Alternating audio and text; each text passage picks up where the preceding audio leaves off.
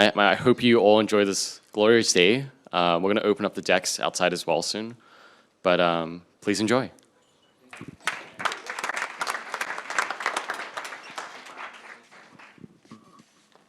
And first up is Andrew from Strider DAO. Hello? I think I have a microphone on my head. Is it working? Yeah. All right, great. Well, thanks so much for having me, Peter and 1KX. This is a really cool event. A lot of cool people excited to share. This worked a second ago, I swear to God.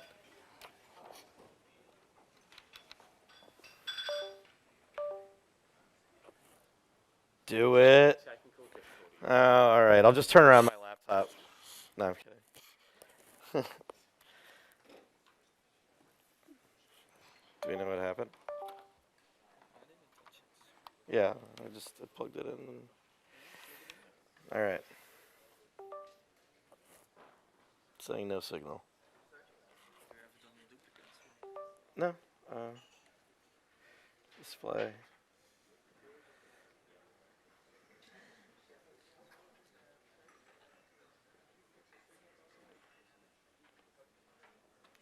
Detect. It's saying no signal. Should I restart? There it goes. It's just that it's on a different screen entirely. So now you just have my dumb background. It's from Spaceballs. It's you don't know Spaceballs? Okay. Anyone who doesn't know Spaceballs that's what we're doing tonight. We're gonna watch Spaceballs. All right. All right. So this is like really hard to do. What the fuck? Okay, here we go. Oh my God. There we go. All right. We get started.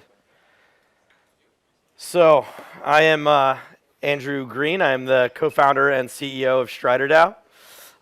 What work have I done? I have done community, brand building, digital marketing, and IP extensions at Electronic Arts, Atari, Take-Two Interactive. The coolest game I ever worked on in the past in that time was Dead Space. I launched Dead Space and Dead Space 2, which was really exciting. We did some really cool IP extensions for that, like a comic book and an animated film and an online like Myst type game that went along with it.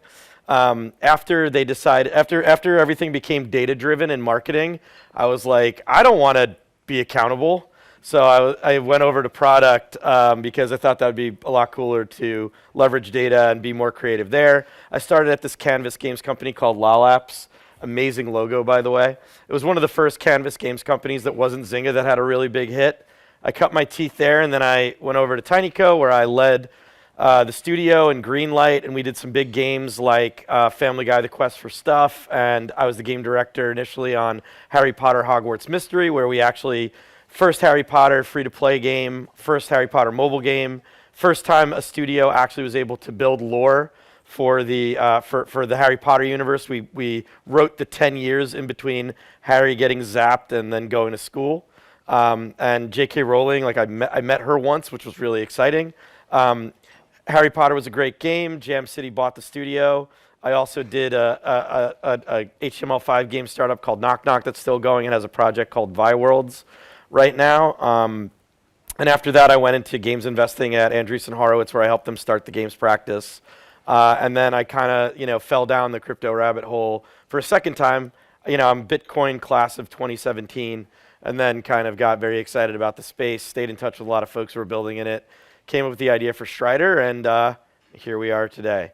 And 1KX, invested in us, and we could not have a better partner in crime here. So today I'm talking about like incentives for game developers. And first, I feel like I can't do anything without context. And so I'm going to start with a brief history of games work incentives.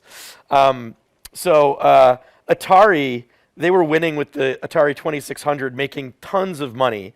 And game developers wouldn't get any royalties, wouldn't get their names on the boxes. And Nolan Bushnell was known to be really cool, even though it was a really like awful kind of misogynistic, drug-fueled hot tub environment there. After he got fired and Warner Brothers bought the company, a bunch of developers kind of mutinied. They were like, we saw how much money you're making off of our games. One game developer actually generated $20 million in revenue, which today would be $88 million in revenue, personally, himself as the sole artist, designer, coder on a game, made $88 million for the company, and his salary that year was $20,000 or $94,000 adjusted. And when they went to the CEO at the time, Ray Kossler, he said, "You are no more important to Atari than the person on the assembly line who puts the cartridges in the box." And, you know, creatives don't really like to hear that kind of thing, so they left and started this company called Activision. And what's funny, though, if you think about it, like, they had to start their own company in order to be remunerated for amazing work that they were doing. You shouldn't have to do that, in my opinion.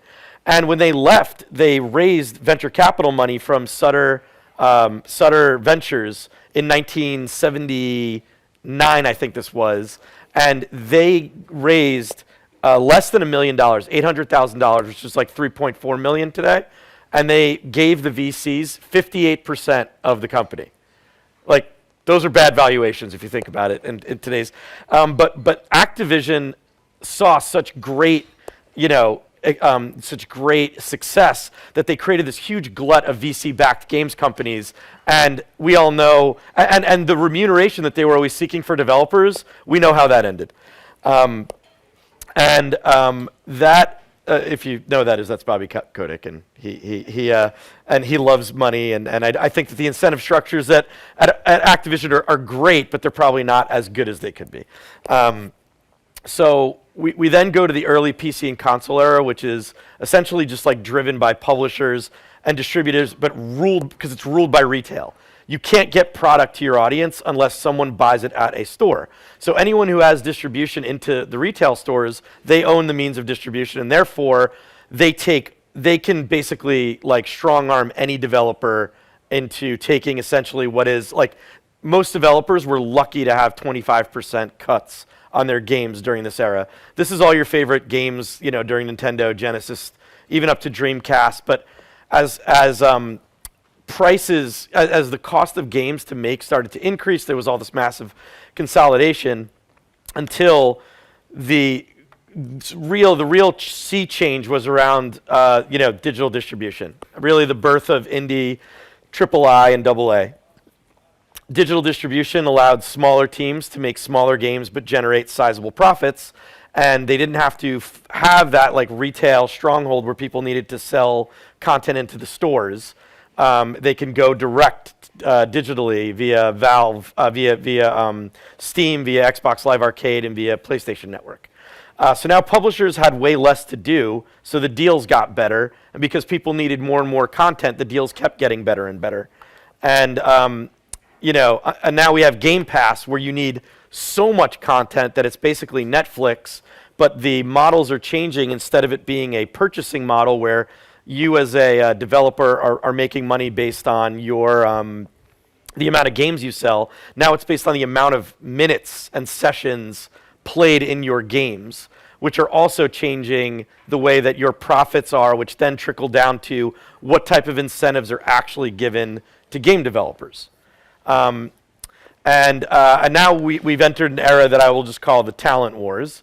And now, basically, you have, I'll go into all the actual compensation structures for each of the different places, but whereas AA and AAA and indie have a potential for a big upside because they're usually smaller teams, if there's a lot of profits, they can do good profit sharing models, which a lot of people are doing. But interestingly, there's a lot of good careers now, especially if you're an engineer or a product manager. Unfortunately, it's just those two roles seem to be the most. I think technical artists, also a couple others.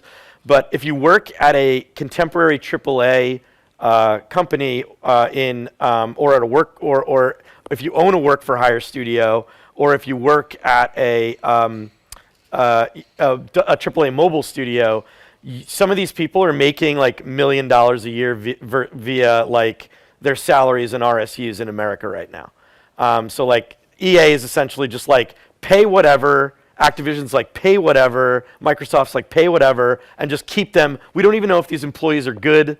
We don't even know. We don't even care if these employees are good. We don't even know if they're worth this much.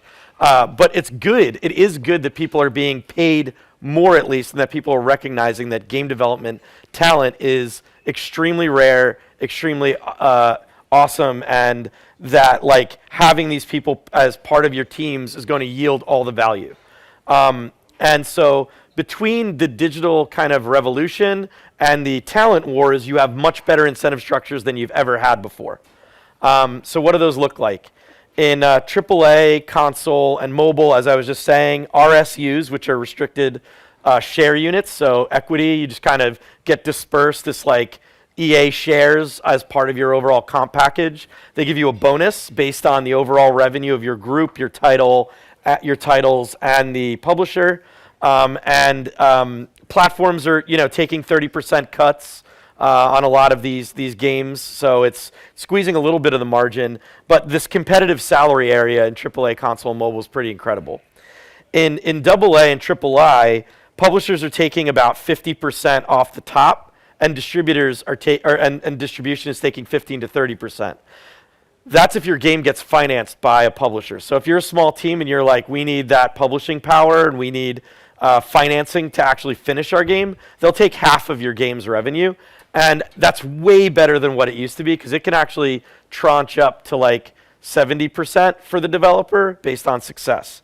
There are much lower salaries in AA and AAA because these are all startup studios. But because you think people can have either equity shares in the company or this profit sharing upside, it makes it like potentially a better deal. And you don't have to work at a giant corporation, which a lot of people don't want to work for. They want to work for small teams that ship games. There's a lot of people that do want to work in corporations and kind of be a bit more obfuscated and kind of shift around credit and blame and kind of hang out a bit more. But it depends on kind of what type of work environment you're seeking and what type of compensation structure. And then for indies, it's all over the place. But again, publishers are usually taking 50% off the top with financing.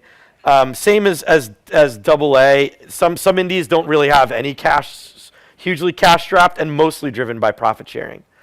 So I've been talking a lot about profit sharing. So what is profit sharing? There is no standard for profit sharing today in games at all.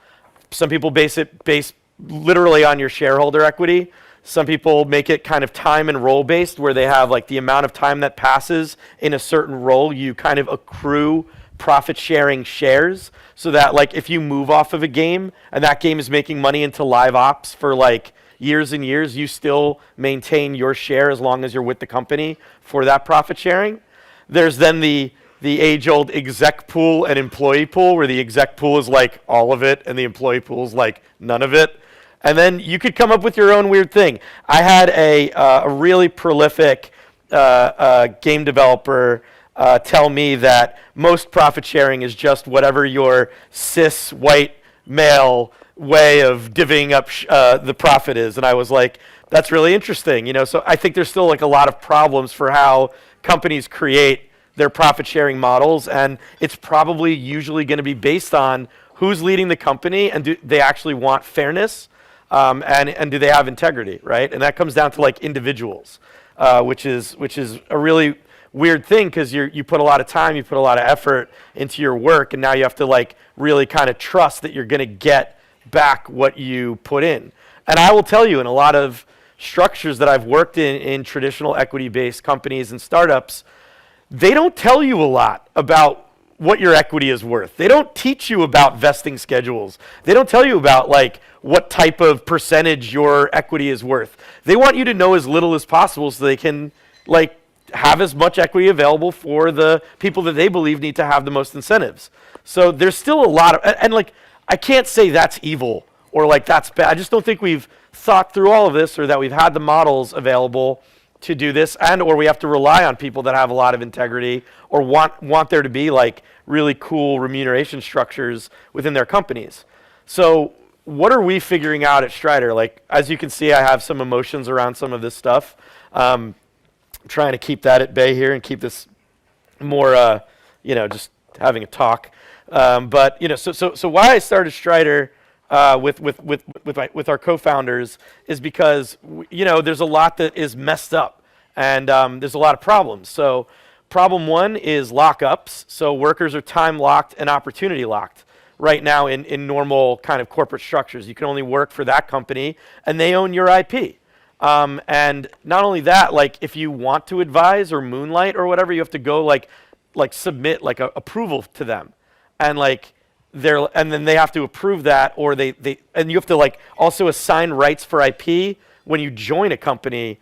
And like we need to improve this lockup structure, where a major improvement would be that people can work on whatever amount of projects their time allows, optimize for their own personal goals, whether that's learning, great team dynamics, upside, stability. Like both teams and workers should be allowed to sniff each other's butts longer and figure out, do they want to be on the project long term? Do they feel like this team has their shit together?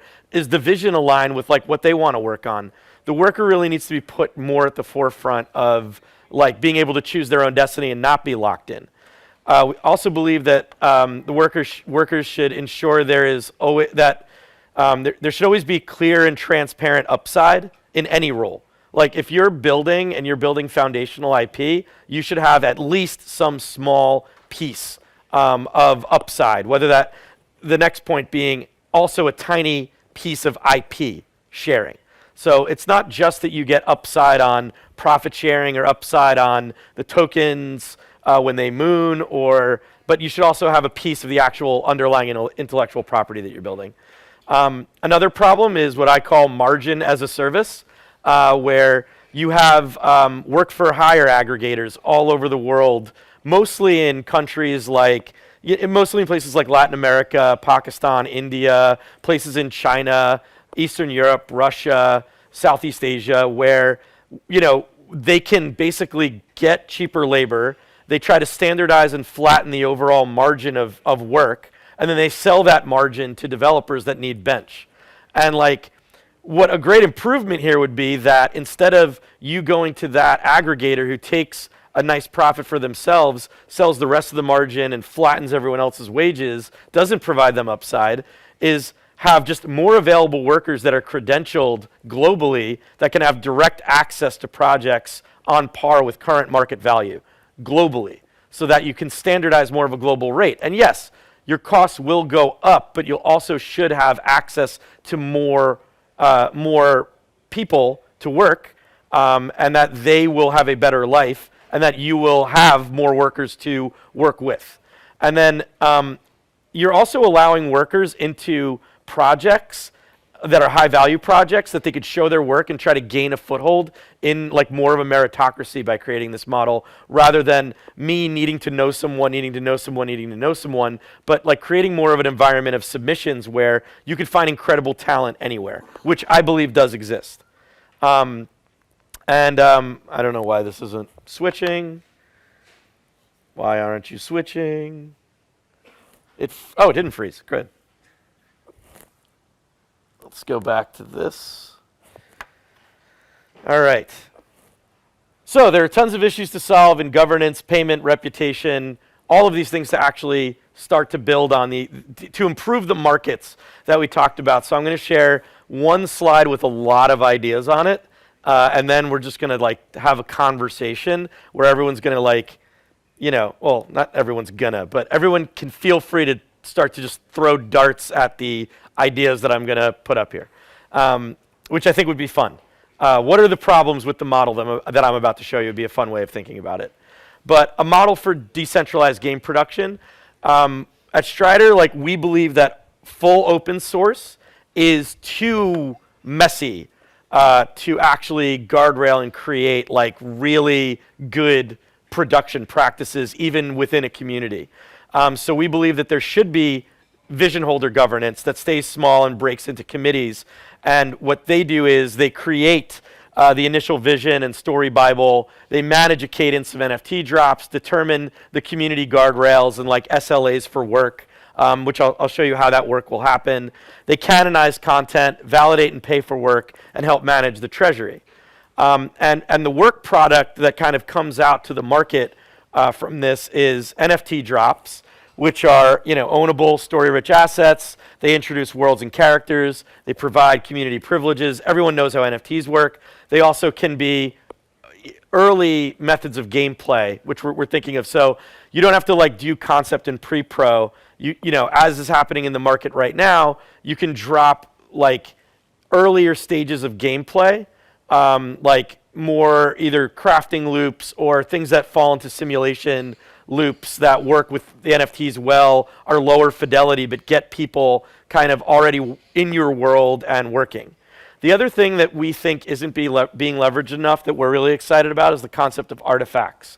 And these are shareable, memeable assets for social and for the community specifically.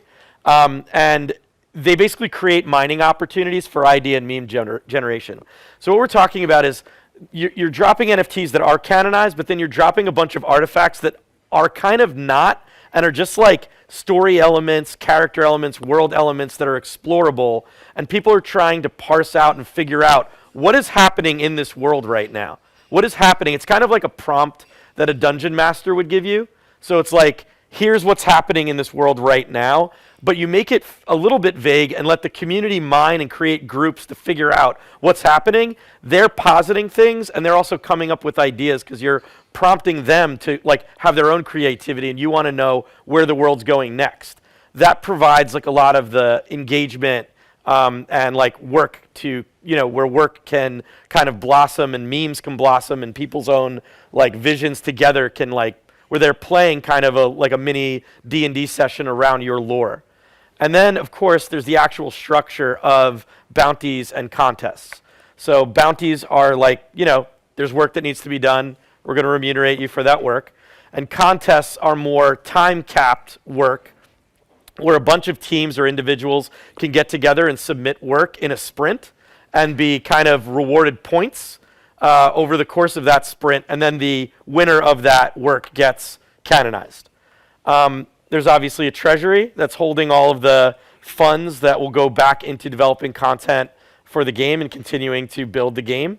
And then obviously there's the community and the individuals who are investing in the NFTs, making their own artifacts and memes, submitting proposals for the game lore and other things that you're creating, casting votes, earning royalties.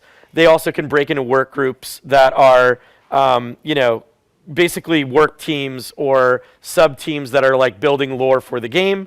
They could even be their own sub-DAOs that can pool their own resources together and pool their own resources from the game in like a traditional guild model. And essentially what happens is you create this ladder based on contribution where a new member can then have more attributes added to their NFT or their token that allows them voting to get more and more voting privileges and more access to more and more voting privileges until eventually they actually could find a place in the vision team at the top working on all the different aspects of the game and breaking into a committee and running aspects of the game in either full product development or live operations. So this is a model that we've been playing around with and working with. There's a bunch of different things that are going to be broken in it, but we're really excited about deploying it on an upcoming project that we're working on, and we have a really great lore wrapper for it. So I think we're just going to learn a lot in general. So obviously we have a lot of open questions for this work. Do you have questions? Yes. Oh wait, yeah. There might be a microphone coming your way. Hi, good morning. With that structure that you're talking about in game development, what are your thoughts around community management? Because oftentimes the patience of an NFT holder is not long enough to give the game time to develop and grow. Oh yeah, I have a microphone on my face. That's a great question.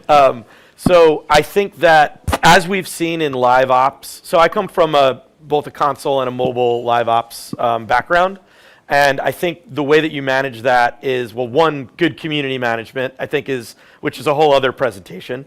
But I think two is, think about launching your game. Like when we would launch a game, when we're launching our initial project, we're thinking about like as if live operations, like worldwide ship, happens on day one. We have a cadence of content that's backlogged already, right? So like we already have like 3 to 6 months of content that's backlogged, and then we have development on content that aligns with features at the same time. And that's one big thing that's missing in PFP communities that are trying to push to a game and a lot of other things right now, is that they don't actually know how to do ongoing engagement. And what you're doing is essentially you're like spring loading your roadmap by, instead of like shipping a PFP, seeing if people are interested in that, and then starting to figure out your roadmap, you actually build your roadmap and you deploy so that you actually can build momentum and engagement. Doesn't mean if your PFP doesn't sell out in day one, or if your initial drop isn't like the biggest hit in the world, that's okay if you believe in it. You should continue to build engagement content and build your community and show value over time, right? And I think that's another big issue right now is a lot of folks are trying to like really focus on like big push, big hype, big collectors, big money, not really having that secondary engagement perspective. There are some game teams that I think are doing it right that come from traditional gaming, but they're still doing too much top-down kind of, here's the vision that we're doing, this is what the game is going to be, and trying to kind of sell that roadmap, and leads to a lot of the problems that you're talking about where there's not a lot of engagement in between. But here, we're giving them work, we're giving them new content, we're giving them new artifacts, and we're prompting them in more of like a ongoing narrative. So hopefully we feel like that will fix the engagement problem.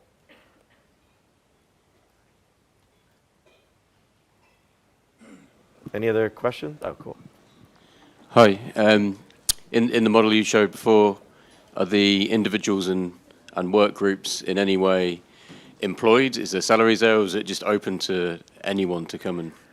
Yeah, it's a great question. So everyone that's in the governance and the kind of the vision holder pool in this model would be paid with stables, and they'd have a variety of remunerations. So the way we kind of like look at this cascading remuneration, which is like your stables are your salary, potentially there's a work token, the game token, if there is one, you have a share of that, and then there is also profit sharing, which is standardized.